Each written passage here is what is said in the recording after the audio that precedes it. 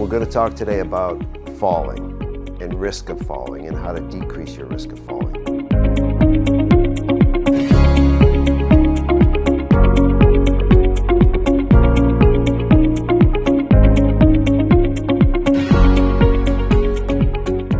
Hello, my name is Jeff Peterson. I'm a physical therapist with Peterson Physical Therapy, and we're going to talk today about falling and risk of falling and how to decrease your risk of falling. If this information is helpful to you, please like our Facebook page and feel free to subscribe to our YouTube page. But I want to talk about falls because 1 in 3 older adults will suffer a ground level fall. And what happens is it creates a cycle of falling where a person will fall, maybe get hurt, not a life-threatening injury, but an injury enough that then they have decreased activity because they're afraid to fall. Decreased activity leads to decreased muscle strength and joint flexibility, which actually increases your risk of falling. So one of the best things to do to combat the risk of falling is to get up and move around.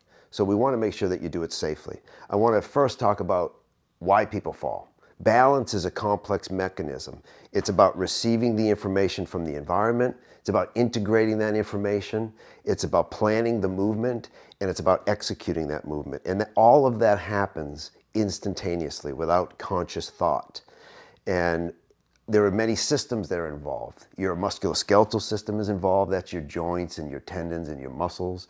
Your vestibular system is involved, which is your inner ear and the integration of what you see. Your vision, your visual system is involved. And then your neurological system is involved, your central neurological system, your brain processing, and the nerves that go out to the joints and the muscles and the tendons. So it's a really complex mechanism, and it's amazing that we can get up and walk and not fall because it is so complex, and you see it with children. But what happens is as we get older, there are some risk factors. If we're on medication, that can cause decreased balance and higher risk of falling.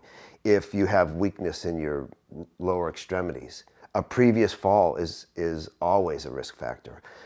If you have a vision deficit or arthritis, if you've noticed you're decreasing your activities of daily living and not getting up as much, if you have a family member that has a cognitive deficit.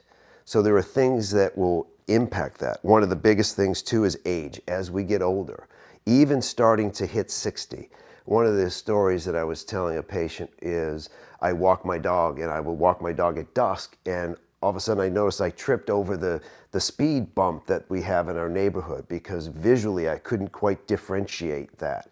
Now when I was a 25-year-old man, that never would have happened. Now that I'm pushing 60, I have to be a little bit more careful and watch where I step. So the biggest concern that I have for people that may have some of these risk factors is they get embarrassed and they don't want to talk about it and they don't want to think about it. There's no reason to be embarrassed if you have a ground level fall. There's no reason to be embarrassed if you notice that your balance is starting to decrease a little bit. It's really important to take care of it. And again, one of the best ways to take care of it is through activity and exercise. So if you're unsure of what to do, you can always see your physical therapist or your physician, and we have plenty of exercises that we can share with you. There's also some things you can do to check your own balance. So one thing is to see if you're having difficulty standing from a seated position. So if you notice it's more difficult to get up when you're sitting. The other one is if you have difficulty or hesitance to walk up and down stairs. And then another one is just a single leg balance test. So you stand on one leg in the corner of 2 counters and you see how long you can stand on one leg without having to put the other foot down. If you can't stand on one leg for at least 10 seconds, that's an indication that you might be at risk of falling. So it's important to do those self-assessments. It's really important to open a dialogue with your physician and your physical therapist. And if you have questions or concerns, you can always see us. What we're going to do in the next video is we're going to assess a piece of equipment that we have here. It's called the 60 Up. Now, I was watching TV late one night. I couldn't sleep. I got up, I put the TV on, and I see a commercial with Bob Eubanks with the 60 Up, and I was intrigued by the piece of equipment. And I thought, you know what, let's take a look and see if this is something that might be helpful for people to work on their balance and on their lower extremity strengthening at home. So look out for our next video, and it's going to be a review of the 60 Up exercise equipment. So I appreciate you taking the time to watch, and feel free to like and subscribe.